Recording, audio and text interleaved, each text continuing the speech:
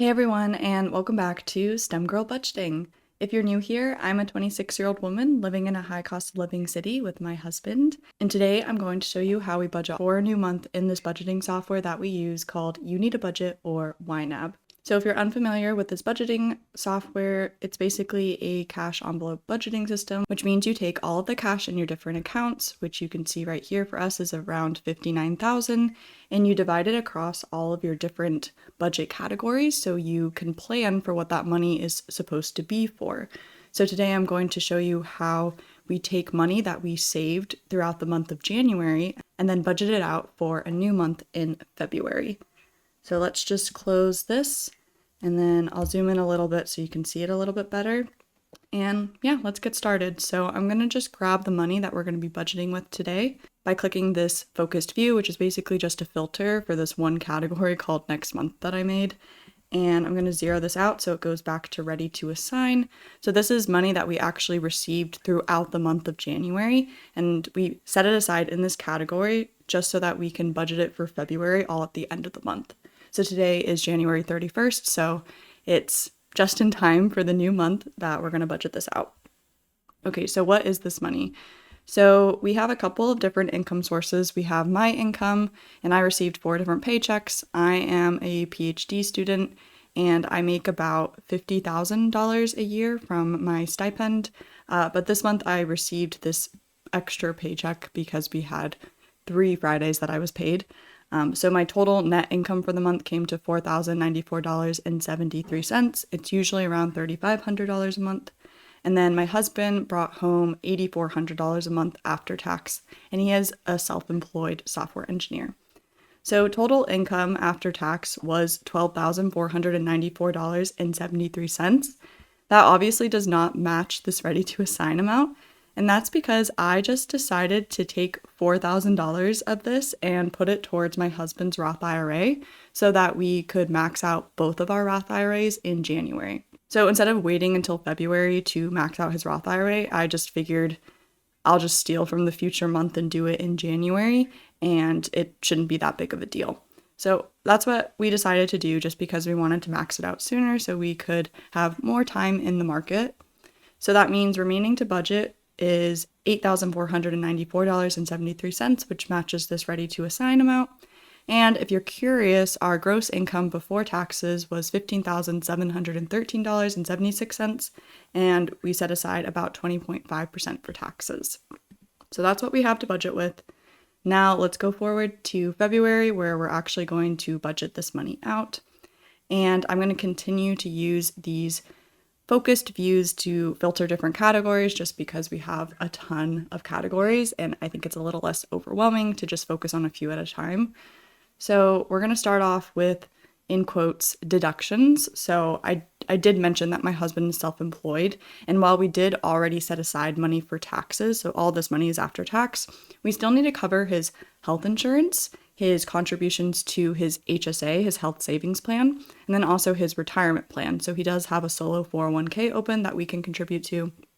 And I like to take care of these things first because this is something that he would have taken out of his paycheck if he was a W-2 employee. So I like to treat it kind of the same way as that.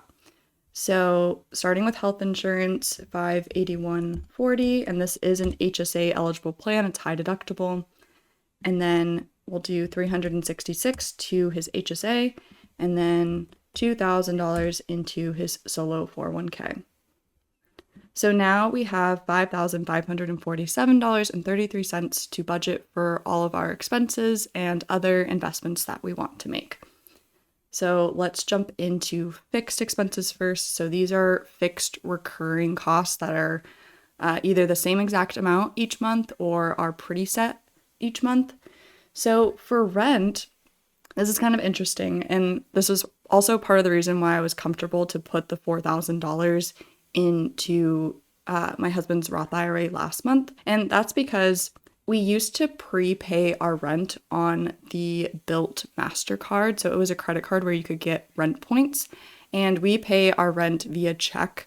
And so we would charge the Bilt card the month before, so that Bilt would write a check to our landlord, and then our landlord would just cash that check once the new month came. But our credit card would be charged the month before, which meant that We already paid February's rent in January, but because Bilt MasterCard is changing the way that they're doing things, we're no longer going to be using them to pay our rent. And I don't really want to get into like the whole Bilt 2.0 versus 1.0 thing because I don't really care. But basically, long story short, we already paid for February's rent in January, and we don't need to assign money to rent until March now because we're going to start paying every single month in the normal month where our rent is due from now on. So it's kind of nice because we have this really large expense that we don't have to pay in February. So this is usually $2,175 a month, but we don't need to pay it. So now I'm going to cover our electric, which we do have to pay. This will probably be around $50, but I always put $100 in just so that we have some extra money that we can pull from throughout the month if we overspend in some categories. And then $15 for natural gas. We do $55 for internet. We already covered health insurance in the last focused view. And then right now for streaming, we just have Netflix for $7.99. And then Google One is $2. And then iCloud is $10. And then we have a couple of recurring donations to different local charities in our area. And that's $400 a month. And then I also have a subscription for Curology, which includes a custom formula, a moisturizer, and a custom cleanser. And that's $49 a month. And then my husband does have a monthly gym membership, and that's $20. Okay, so now all of our fixed monthly expenses are covered.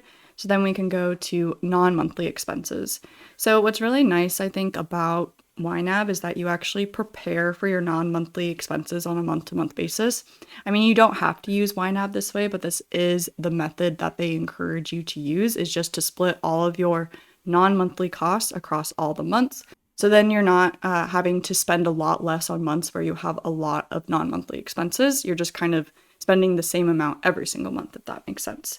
So for renter's insurance, this comes out every August or July, and it's about $11 a month if we split it up monthly, even though we pay for it once a year. Another example of a non-monthly expense for us is our car insurance, so $127.67.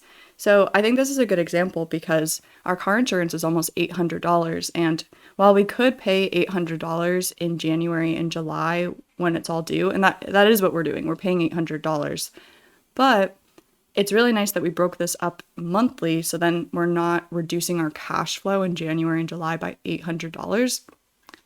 It's so much simpler to just break it up monthly and then not have to worry about a really large expense coming up.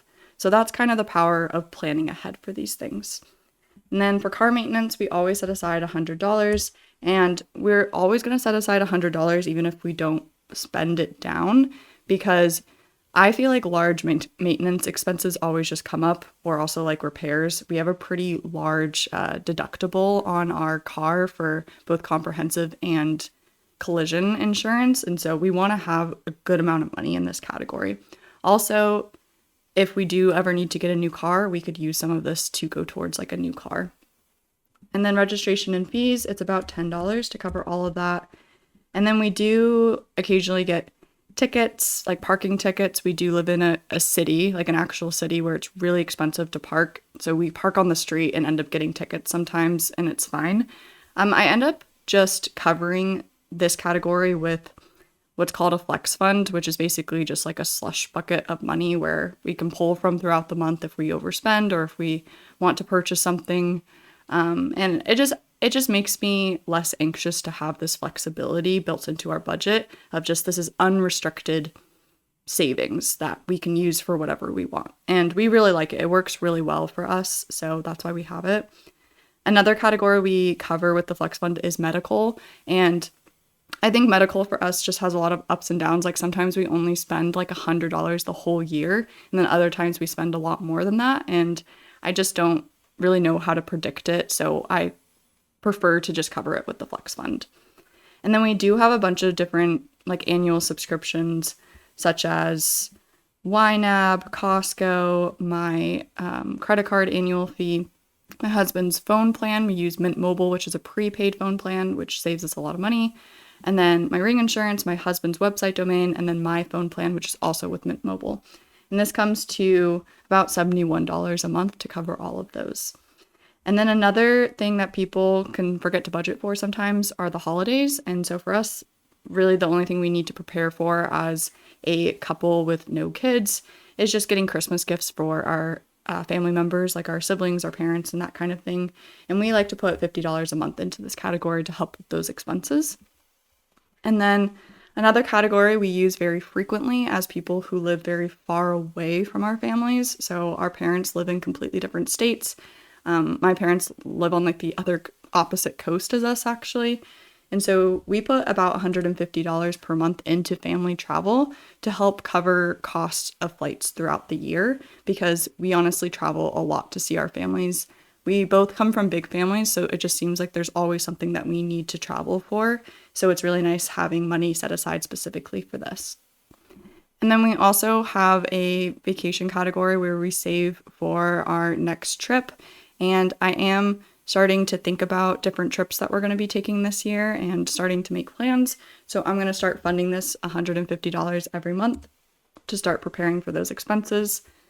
This is just a category where I put our credit card cash back because I prefer to put any money that we're getting from our credit cards as like a statement credit into this category to help subsidize our travel costs, because we don't really need $10, $15 a month to cover other random things. I'd rather just let it build up in this category and then use it towards a travel expense. So that's a new thing that we're trying out, and I think it's nice. Like, we already have like $55 in this. So maybe within a few months, it can almost cover a plane ticket for one of us, which could be pretty cool.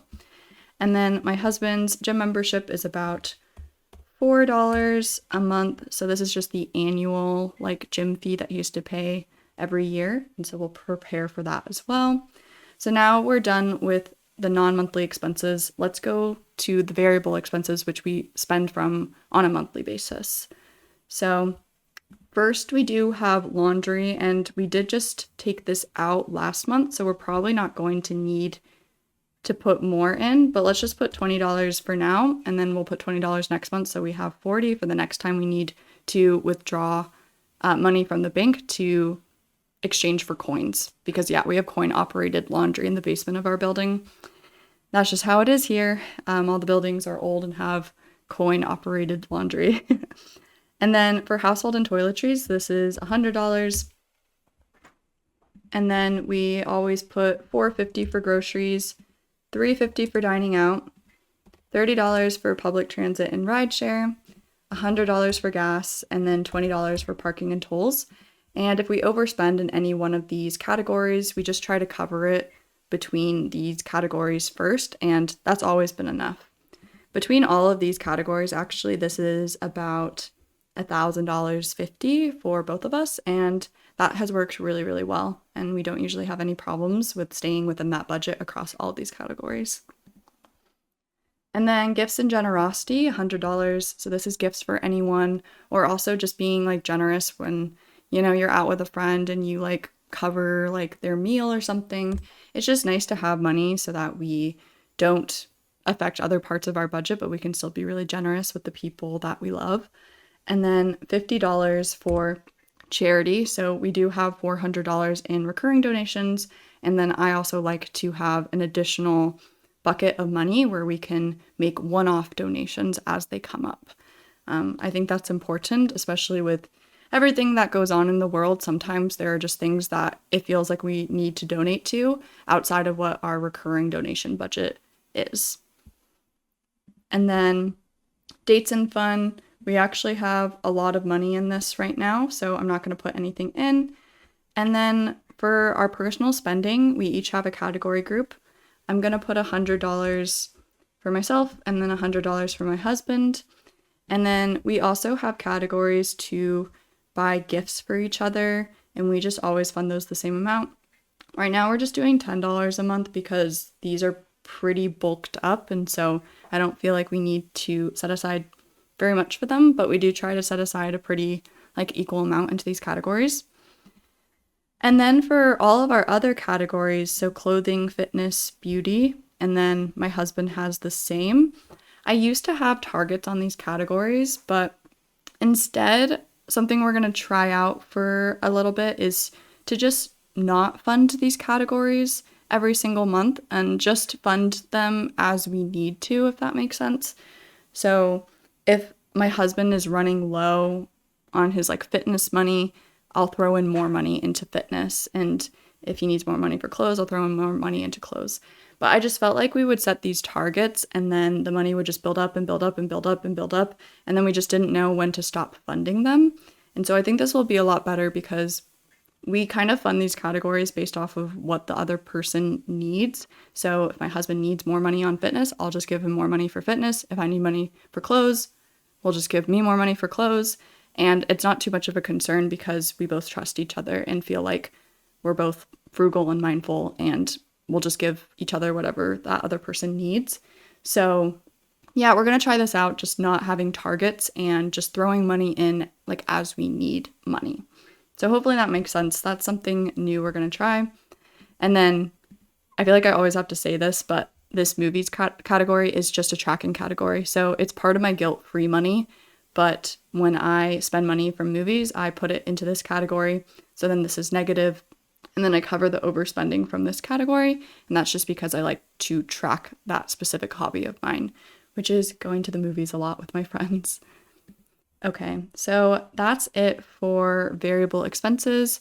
So that means that we've covered all of the different expenses that we need to cover for this month, which means that the rest of this money can go towards other investments and savings. So let's take care of that now.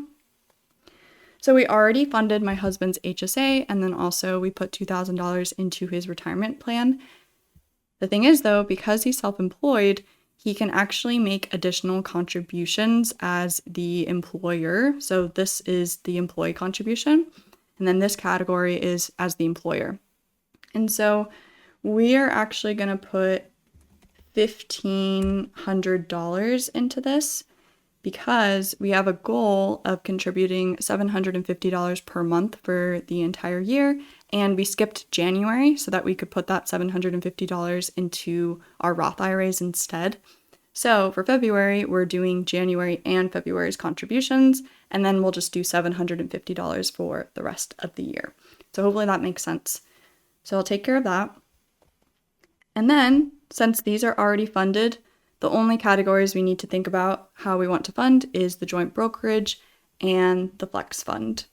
So for the joint brokerage, actually, let's think about the flex fund first. So I definitely want to put in at least like the extra change here, right? Because I don't like putting weird amounts into our taxable brokerage for some reason.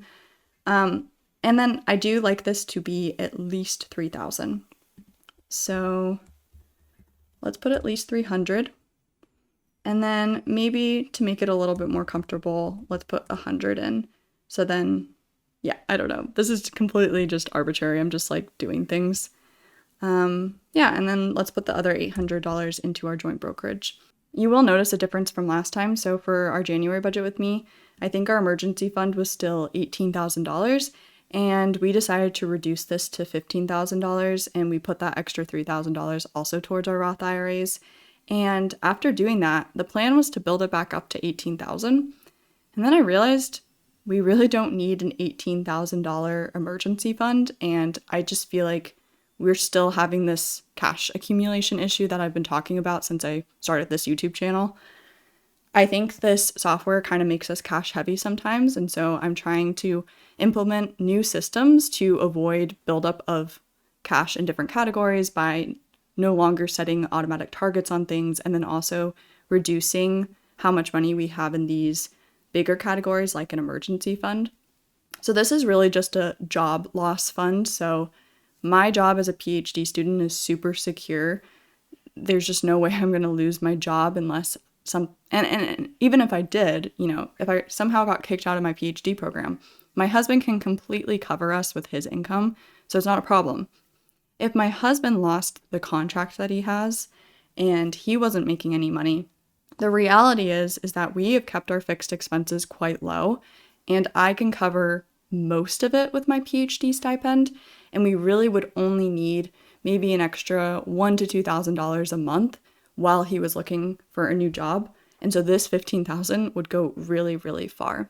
So I think just as a dual income, no kids couple, we just really didn't need an $18,000 emergency fund. If anything, we probably don't even need a $15,000 emergency fund. But, baby steps, maybe eventually we'll reduce it. But yeah, I was just getting a little bit frustrated because I realized like our total cash was just a lot of money for someone in our circumstance. So I'm trying to keep it a little bit lower. And then it worked out because we were able to max out our Roth IRAs early because we moved some money around. So that's my speech on that. I feel pretty good about it. My husband feels good about it. So that's what we did. And yeah, so let's go to all categories. So I can just show you that all of these categories are funded for February. And let me know in the comments if you have any questions on this. Anyway, but that's the budget today. It was nice to get on and talk to you guys. I was planning to film this video actually a little bit earlier, like a week or two ago, and it's been a really, really chaotic time in my life and in my PhD. And yeah, to say the least, I am just very, very stressed right now. So there's a lot going on in the world, of course, and especially in the US, and that can be really stressful. But then also getting a PhD can be very stressful, and also getting a PhD in the US can be very stressful for a lot of different reasons that I don't really want to talk about right now because I'm a little bit tired. But I'm really, really excited about the growth of this channel in a very short time. I really have no expectations of where this channel goes. This is truly a hobby for me. I really like talking about personal finance and talking about budgeting and inspiring others to make changes to their budgets, to, use my spreadsheets or make spreadsheets that are similar to mine. Like, I just want to, be helpful. And so as long as I'm being helpful and I enjoy making the content, I'm going to continue doing this, even though I don't have any like specific goals of like subscribers or how many watch hours I get. Like, this is just for fun. And I really like the community that we've built here. You guys have been really, really amazing. And I really appreciate you. This has just been a really fantastic way for me to just get my mind off of a lot of stressful things. And I do realize I have a lot of privilege in the amount of money that my husband brings in, and that I'm also being paid pretty adequately as a PhD student, even though I do live in a very high cost of living area. So 50,000 doesn't go as far as it would in a low cost of living area. But I do recognize we're quite privileged to be in the situation that we're in. But I appreciate you guys still wanting to watch our journey and follow along. So that was a really long ramble. So I apologize for that. And if you're still watching and you're not subscribed, maybe you should consider subscribing so you don't miss another video. And yeah, I hope you guys have a great rest of your day, and I'll talk to you later. Bye-bye.